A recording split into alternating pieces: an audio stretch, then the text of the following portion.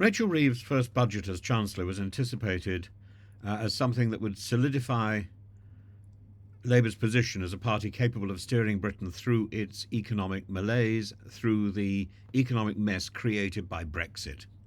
Instead, it's revealed an unsettling mix of overreach, miscalculation, and tone deafness that threatens both the economy and Labour's fragile electoral coalition. This is a tale of bold promises, flawed execution, and the creeping shadow of unintended consequence. And to begin with the most incendiary measure, the imposition of the 20% VAT on private school fees, Reeves heralded this as a means to raise £1.7 billion annually in the state sector.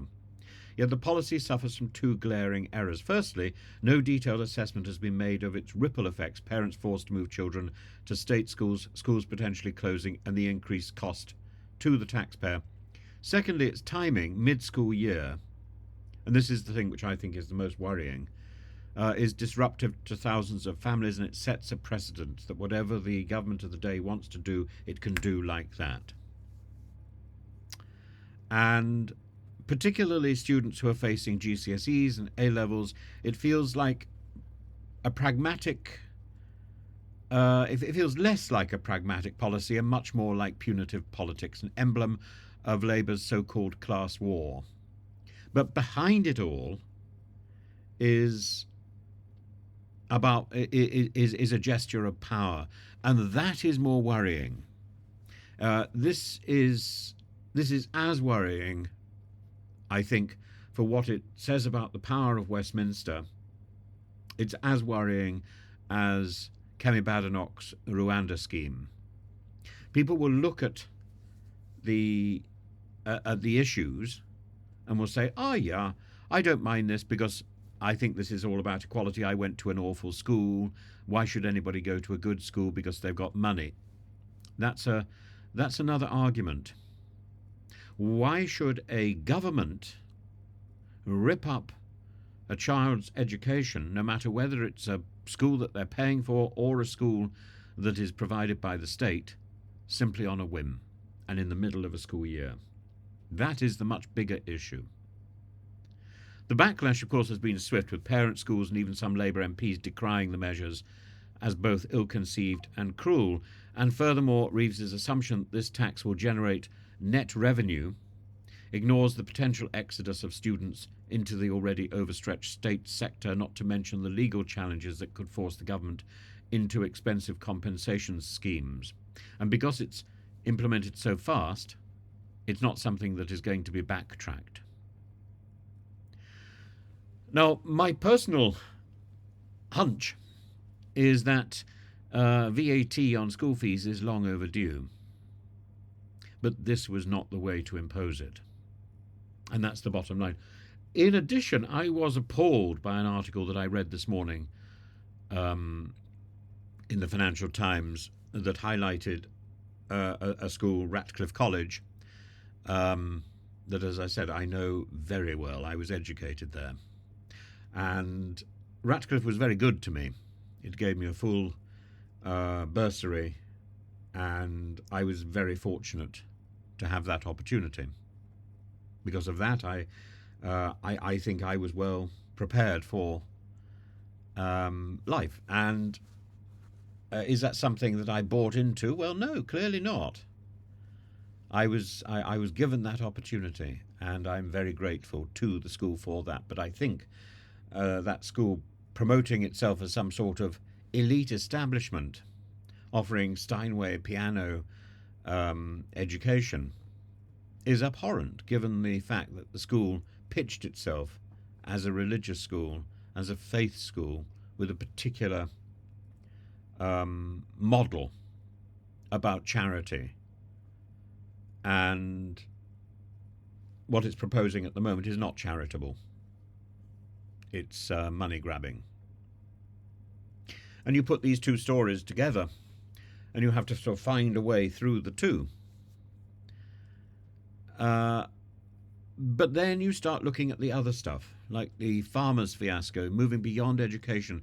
Labour's rural tax policies, again, have sparked an uproar among Britain's farmers by removing inheritance tax exemptions from farms over £1 million. The budget risks undermining the generational stability of family farms. Farmers already squeezed by Brexit and rising costs now face the grim prospect of selling their land to meet tax bills. The NFU warns this policy could devastate rural communities, threatening the very heart of Britain's countryside economy.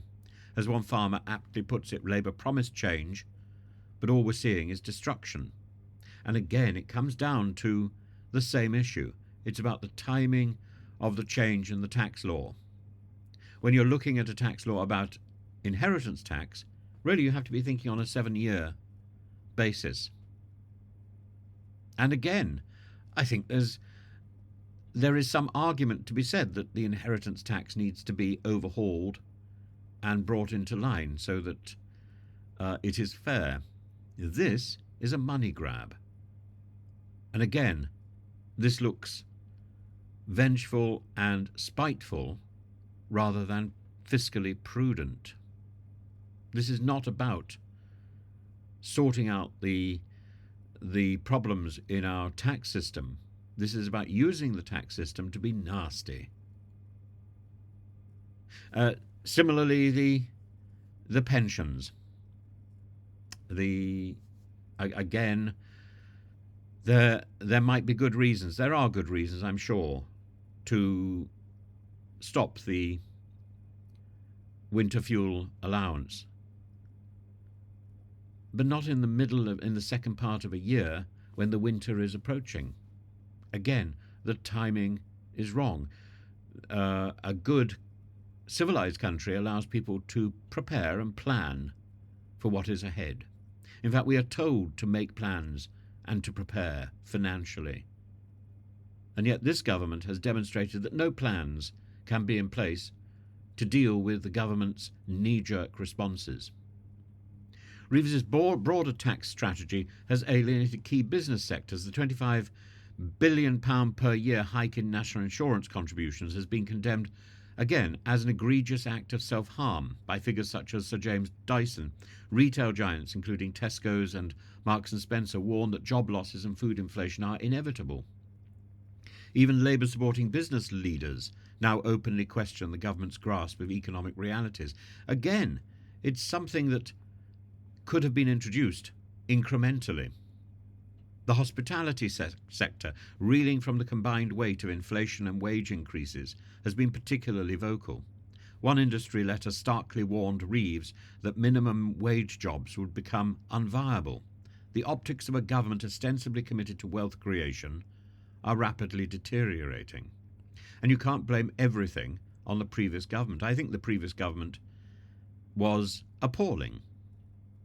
It doesn't mean I would remotely support and approve of Rachel Reeves and what this government is doing. It's not a binary choice. There are absolute choices and there are absolute aims. Our absolute aim in Britain is surely to secure stability and security. And we're not doing either. The broader economic picture is no less grim. Despite Reeves's rhetoric about creating the highest sustained growth in the G7, Britain's economy appears to be stagnating, and because of her. Business confidence has plummeted. Labour's pre-election goodwill among corporate leaders has all but evaporated. And while Reeves promises there will be no further tax rises this Parliament, such reassurances ring hollow in a climate that she has created of mistrust. At its core, this budget reflects a troubling embrace of divisive rhetoric. And we should have learnt from Suella Braverman and the twits in the last government. There has to be a conjoining of rhetoric and reality. Saying one thing and doing the exact opposite is not good. Justifying a tax grab by saying that the state sector is going to benefit is not good, because it isn't realistic and because people haven't done their homework. By targeting private education, family farms, business owners, the old, Reeves risks alienating Labour's aspirational middle-class voters. It's no small matter. Labour swept to power in July on a wave of cross-class support, including historic gains in rural areas. People were tired of the lies peddled by Boris Johnson, by Liz Truss, by Sunak, and yet polls now suggest that Labour could lose 3/4 of its rural seats in the next election. This slide from unity to division is encapsulated in the government's antagonistic stance towards excellence. The decision to halt Eton's plans for transformative sixth-form colleges, for example, in deprived areas, reveals a government more interested in levelling down than levelling up. Rachel Reeves entered office with a mandate to rebuild trust, attract investment, deliver growth. Instead, her budget has alienated businesses, disrupted education, antagonised rural communities.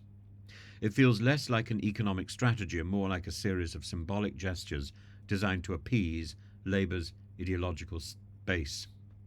And the tragedy here is not just the political fallout, it's the missed opportunity to craft a budget that could genuinely unite the country and stimulate growth.